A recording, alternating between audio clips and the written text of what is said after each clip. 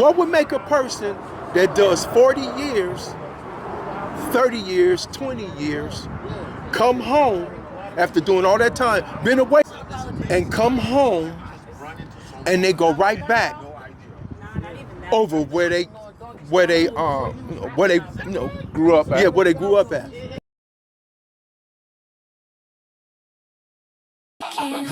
Postman, postman. Do you understand? Postman.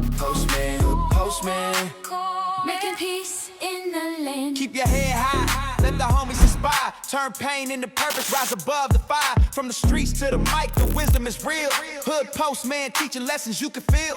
Every chant, every word, every scratch, every beat. West Coast energy, you can't compete. The streets are made for everyone, that's why they created sidewalks. Turn my circle into a square, that way I can see who's in my corner. The lion and the tiger may be more powerful, but you ain't never seen a wolf perform in the circus. Kings don't wrestle with clowns. Cool, cool. Holla, holla, holla, holla. Hood postman, hood postman. Hood postman, make it understand. Hood postman. He doing one hand. Hood postman. Lock the door. What was it like when you came back to society after 28 years and you got to see it for the first time? Now, you had thoughts about it, you have heard about it, you may even seen pictures prior to coming out, but when you actually saw it, how was that? Man, how did it impact you? It impacted me in a negative way.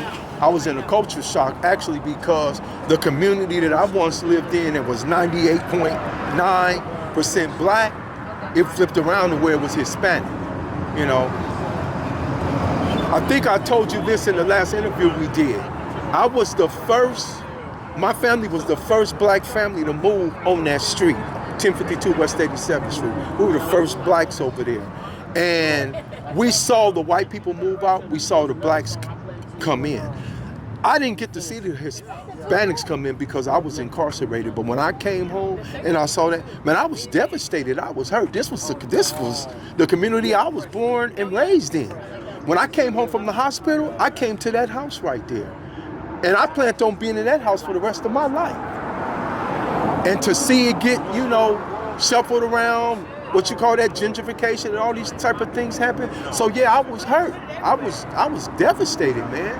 And I blamed a lot of my people. Like, why did y'all let this happen? We owned my house, my block only had one apartment on it. The rest was homes, and they was owned, man. And ain't not one black over there now, but one family? Come on, man. So yeah, I was hurt. And I still psychologically haven't recovered from that, because it's kind of like, I still go down that street and I look and I just say, man, I remember I used to be right here, or I used to be right there, or I used to hang out right here, And so how do we account for still claiming the particular neighborhoods when there's no ownership? And then the guys don't even have nowhere, because they used to have front yards and homes and backyards to stand in and all that. Basements. Do they even have that? Nah, they don't have none. Most of these dudes is hanging out in parks. But I'm gonna tell you why. Me and somebody had a conversation, and you're gonna like this one.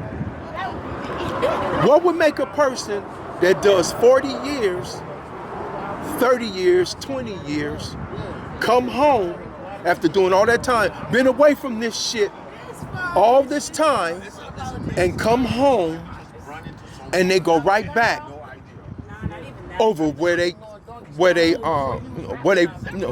up at? Yeah, where they grew up at. What make them do that? And you know what the conclusion is? The answer to that is, they're addicted. They're addicted to that. This is something you learn. So addictions come in many forms, shapes. There you go. This is something we learn in CGA, Criminal Gang Anonymous, that just like alcoholism is addiction, drugs is an addiction, money is an addiction. Is addiction. That criminal element, that criminal lifestyle is an addiction. And most people that come home and they go over there and they hang out a little too long, they relapse. And they fall right back into the, you know how many people I know that got out after doing all that time and back in prison already? I can name you a few people, man. Not like they be talking about these lifers. Oh, lifers got home. There's some stories of lifers that got out and their asses went back because they got caught up in that criminal element. There it is there. They relapsed. Wow. And then, you spot on with that, man. And I appreciate you giving us that assessment, because I think that people that like watching and looking at it, they will take it and value what you just said and take it in deep consideration, because we devastated out here. And not, maybe not me per se or you per se, but so many others. Yeah, man, and see, here's the thing, this is what I shared with some youngsters, is that we have the government, ATF, FBI, ICE, Homeland Security, DEA. We have all these government forces against us. Then we have the local police, LA County Sheriff, Compton, Linwood, Long Beach, LAPD, they're against us. Then we have political groups against us. We actually have political groups against us. Right now we're in a government shutdown, and 40-something million people is going without their food assistance program. That's because you have a political party against us. Then you have, like I say, other ethnic groups, and then like you said this, then you have us against ourselves. Yes. That's the biggest problem we have is us. But one thing, because we're such an intelligent people, and we overcome many things, and we're very athletic, we're very intelligent, we see things in terms the way they need to be seen.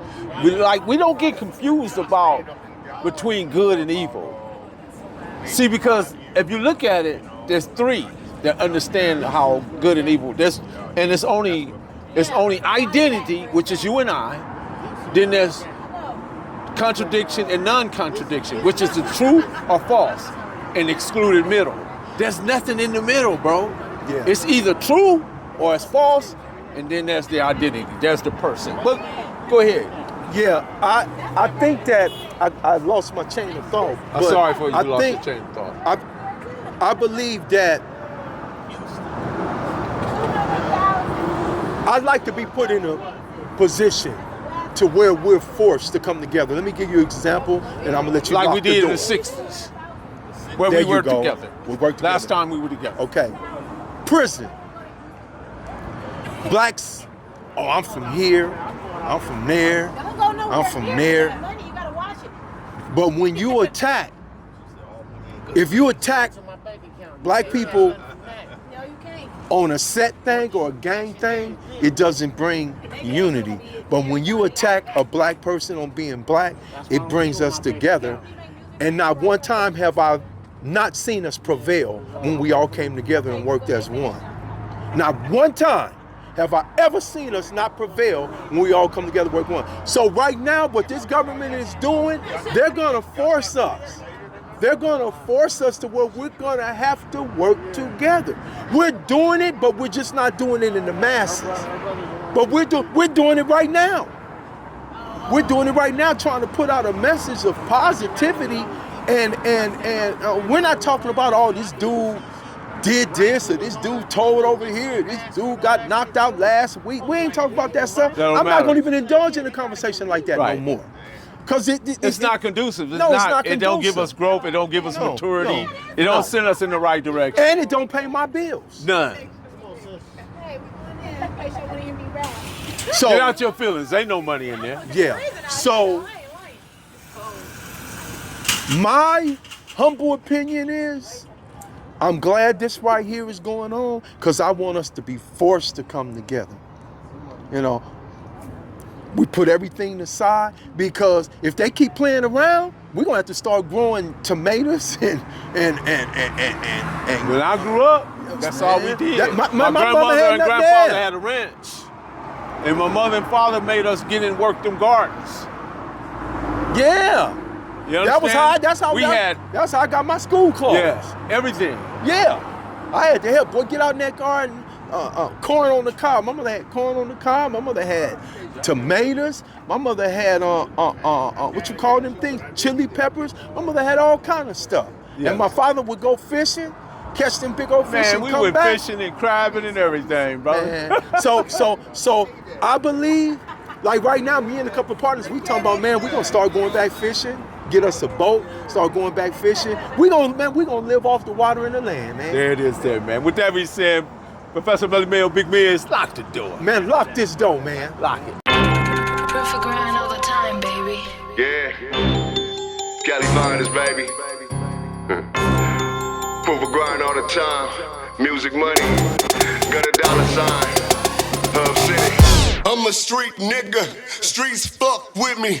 I'ma keep pushing products till the feds get me. It's guap off top, diamond Cartier.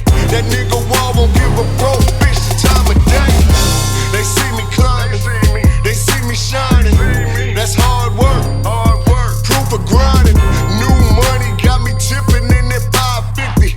Ali, bad man, and I'm so pretty. I got that tech with me, that's my hater sprayer. Go big, grind now, nigga, play later. What can I say?